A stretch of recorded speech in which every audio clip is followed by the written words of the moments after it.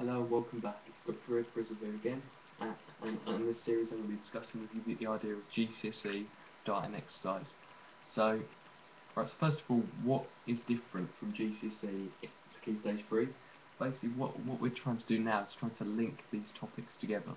So we have the topic here of diet and exercise, whereas in Key Stage 1 or 2, I think it is, they may have been completely separate subjects, but now we're starting to link them together and do them in slightly more detail. So first of all, for this one, I've drawn you two timeline looking things. So you're probably thinking, well, that looks like history, that doesn't look like GCSE biology. But all these are scales, okay? So this one I'll label nourishment. So Nourishment, and I'll put low and high here. Basically, the reason why this is on the scale is because some people, the sort of people who eat absolutely loads of really unhealthy stuff are unhealthy and they're high. The normal people who aren't unhealthy at all are right in the middle, and the people who don't eat enough are down here, and these are called low. Okay, so if you have high, if you're overnourished, what effects can this have?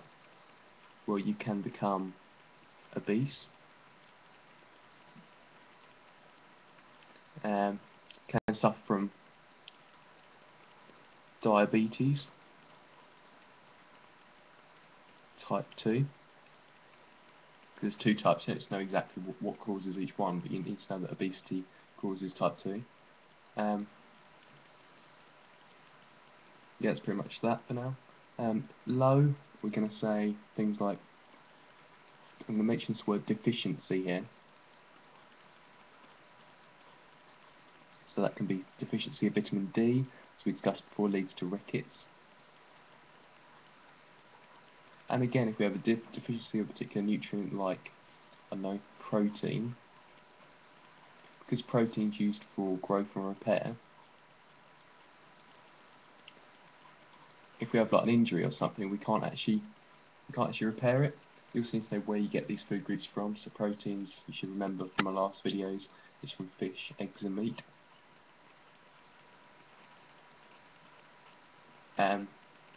And high levels, where if you're eating too much protein, for example, protein's broken down into amino acids, and the amino acids, what they have is they contain a nitrogen containing part of it. So I'll draw you out an amino acid.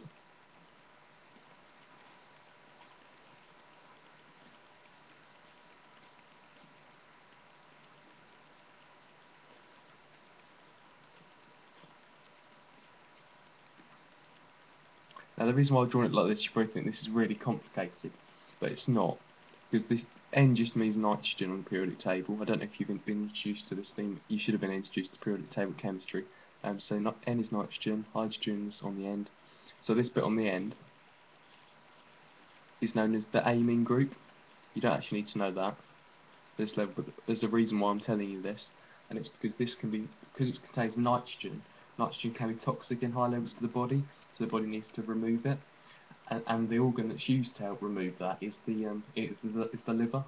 So basically, what happens is the amino acids are broken down by an ornithine cycle in the liver. You don't need to know at all about the ornithine cycle, but you do need to know that this is broken down in the liver. So what happens is this bit, because it's toxic, it needs to be filtered out. And supposing your liver's working too hard to do it, then you might actually lead to things like liver failure and stuff. So that's why I'm saying it, because if you have high levels of food, this can all link into this. And it can also lead to heart attacks, because basically what happens is fats and stuff can like build up around your heart and prevent it pumping properly. So they have heart attacks. And I've drawn you another scale along here, along the bottom, and this is metabolic rate.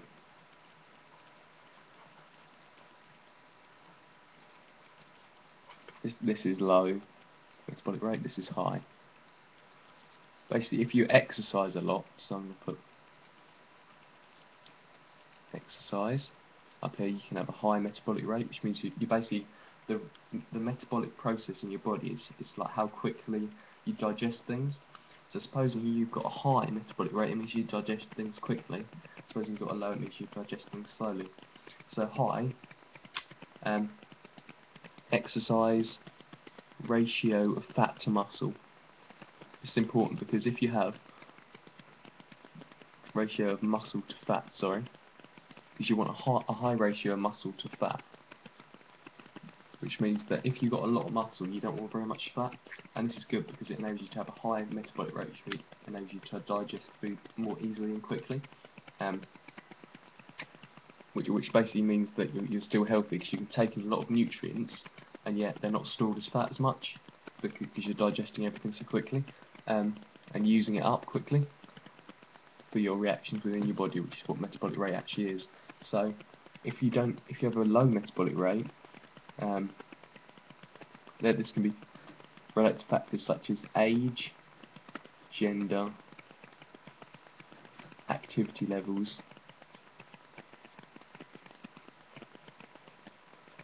and things like that. Right up in malnourishment, because if you have low, it's called malnourishment.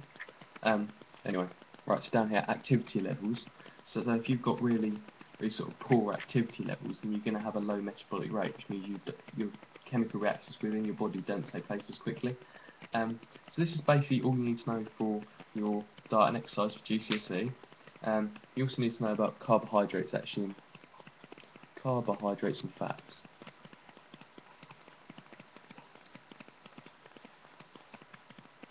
So you need to know that you get fats from things like cheese. You can get it from milk, even. It's primarily protein milk, but you can use it as an example, and you're used to the fact that although the main food groups describe foods that are rich in the particular nutrient that they're in, you can also get the particular nutrients from any food or drink. Carbohydrates is like bread, pasta.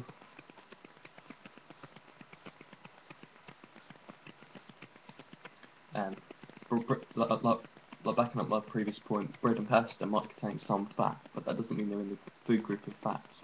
It just means that they are a source of fat, because there's a certain amount of fats actually in them. Right, okay, so that's all you need to know for your Key Stage 4 or GCSE diet and exercise. Hope you've enjoyed this video, and I'll see you in the next video.